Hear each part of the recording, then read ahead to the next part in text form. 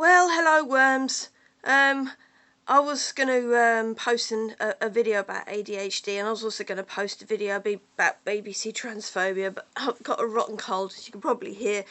I've got a hat on because I tried to do my hair, and it's turned into bollocks. So, but what I thought I would do is, for some reason, I think it's appropriate for me to put my two pennies worth in with this particular issue. Whether it's relevant or not, I don't know. But I wanted to talk about the situation in Houston with the music festival there, and various different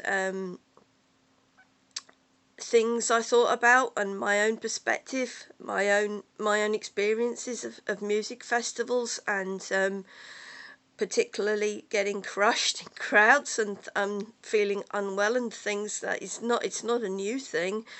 It can happen to in any concert really, and that's why I was really kind of concerned that people might turn this into a race issue and say that because of the culture of rap and that particular demographic, and that they're violent and thuggish and things like that.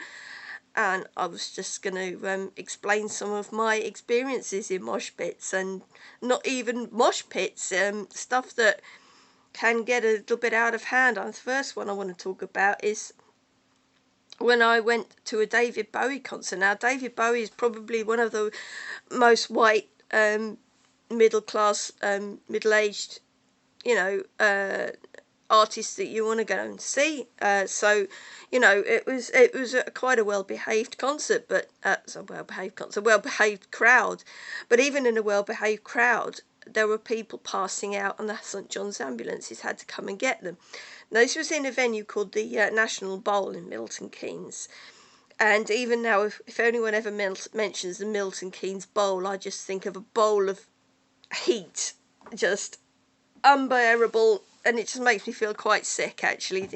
Just remembering it, it's just like, even the word bowl makes me think of, like, oh god, it's a bowl. It's like a bowl. It's like, a dip in the ground. And 120,000 people were there, squashed up. And like I said, this was David Bowie in 1990. So, we're not talking about rappers, we're not talking about subcultures, we're talking about a really mainstream guy, like properly. And I was with my friend Catherine, bless her heart. We're both short. She's like 4'11", I'm 5'3". We were about 18, 19, something like that. We went on our own, got the coach there, got the coach back. It wasn't very brilliantly organised. The coach is out of there. I remember waiting a long time for a coach. I don't think we got out of the venue until about 1:30, 2 o'clock. So yeah, things don't get brilliantly organised. But I wanted to get near to the front because it's David Bowie, So I do understand why people do want to get to the front to see people. So I got to the front, and I think I was maybe 3-4 rows back from the front. I managed to get myself in front. And it was a hot day. This was August, 4th of August. It was absolutely baking. I think, like, normal temperature probably about 86 degrees. In the middle of this crowd packed into this bowl, this dip in the ground, where the heat was building up. I reckon it must have been about 120 degrees or something like that. And you can't just go out and get a glass of water. You can't. It's packed. It's rammed. And it wasn't that people misbehaving. It was just like, it was shoulder to shoulder. It was sardines, It's going to happen in any situation. It's going to happen in any concert. It's going to happen in any festival. And I'll talk about other festivals in a bit. But the fact is that it is going to happen in any situation. And me and my friend Catherine were just kind of like sandwiched in. And I said to her, look, I'm going to faint. And she held me up. Nobody else held me up. All these people who say, oh yeah, if you collapse in a mosh pit, you're going to be held up. That's not been my experience at all. Sorry, I think you're over-romanticising things a little bit. And it would have been impossible for, like, St John's ambulance for anyone to get to me. I couldn't get any water. You're basically frozen in place. like people have been saying about the, you know, the Houston festival thing. You are frozen in place. It doesn't matter what artist is on. It could be the most vanilla artist ever, but if you've got enough fans there and you're just concreted there in place, and sometimes even because I am so short, if people would jump in, I would like get sandwiched and like lifted off my feet, literally. And that actually happened at V96, which was a festival, and I went and I wanted to go and see Supergrass, and there was a lot of crowd surging there, and I literally did get lifted off my feet, and I was actually really scared. I could feel it compressing, you know.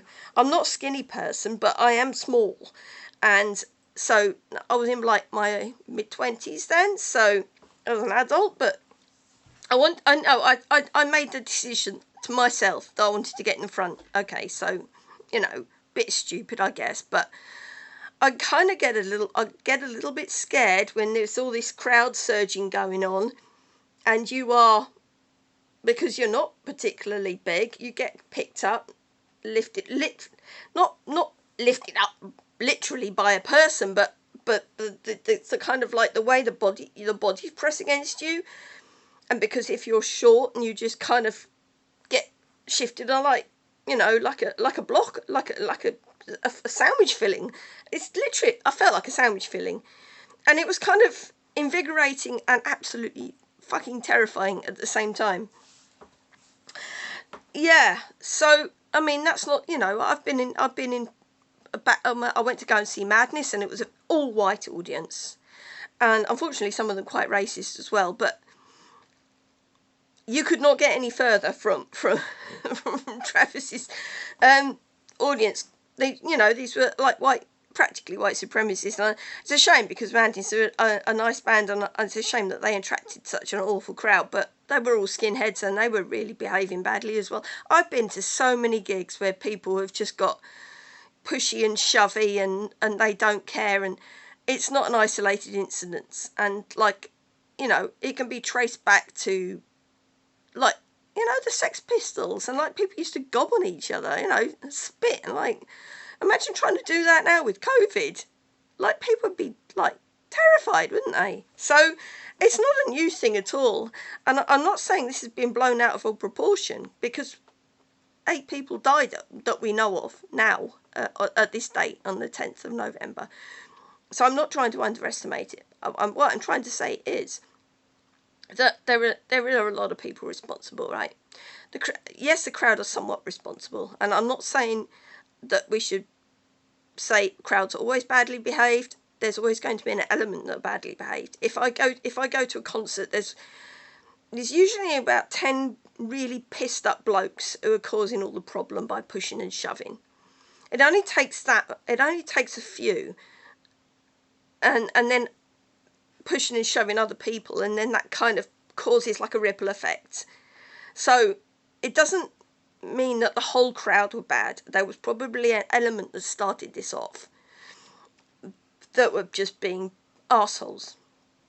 I also don't want to say that, because one of the things I thought was, yeah, well, you know, rap is about violence and that, but you know, there's this is like in the 60s they used to say that rock and roll was about violence. You know, it's maybe I thought, well, actually, let's just check myself, because I might be just like a white middle-aged old fart here, so I'm just going to be careful what I say about this. But and that's what made me want to make this video, because I thought, what about my own experiences? What about bands that I've gone to see, and they're all white, you know, like, why?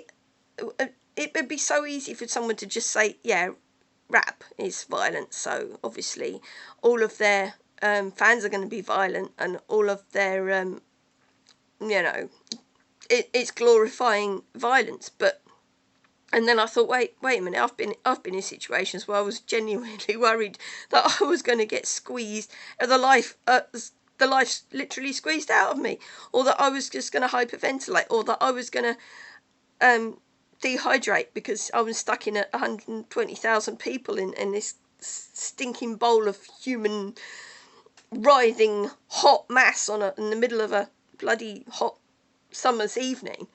So yeah, a little bit of perspective, y'all. I just want to throw my 2 pennies worth in. You got any comments to say? Your concert experiences? Please mention them down below. Like I say, I don't mean any disrespect to anyone who's died in any circumstances like this, whether it's been Hillsborough, whether it's been this, or whether it's been Rolling Stones concert, anything like that. Well, I'm just trying to talk about my own experiences and how scary it is. And it could literally be any concert with any amount of people who get overexcited. And I just want to sound like an old lady about this, because a lot of people have, there's been some video commentators and been like, just they really do sound like old farts, and like they're 34 and I'm 50. Well, I only just had my 51st birthday yesterday, and I'd like to think that, look, I'm not trying to be trendy or anything, but you've got to think about this. You've got to think about, like, put it in perspective, guys, because this kind of shit's always going to happen if you get overexcited people in one space. And there are a number of different attributes at fault here. You know, I don't know. I'm not a lawyer. I wasn't there. Oops, excuse me. I didn't organise shit. So, and I can only say what I've experienced in similar situations. So, people could have died at that David Bowie concert if they could have literally have got overheated, and if they'd had a particular medical condition, they'd have been even worse. And I was, like I said, it's the most vanilla concert you could imagine, right? And even then, I thought, oh, I'm going to die. I'm going to die. You know, I was going to faint, and I was going to get trampled, and I was going to die. So I really feel for those kids, and I'm really sorry that happened, and I want people to know that it's a traumatic experience. That was a very traumatic experience, but I just want to say that I don't think you can blame it on a particular culture, because, like I said, I have been to so many different gigs where that kind of thing starts, and hopefully it doesn't escalate to 8 people dying.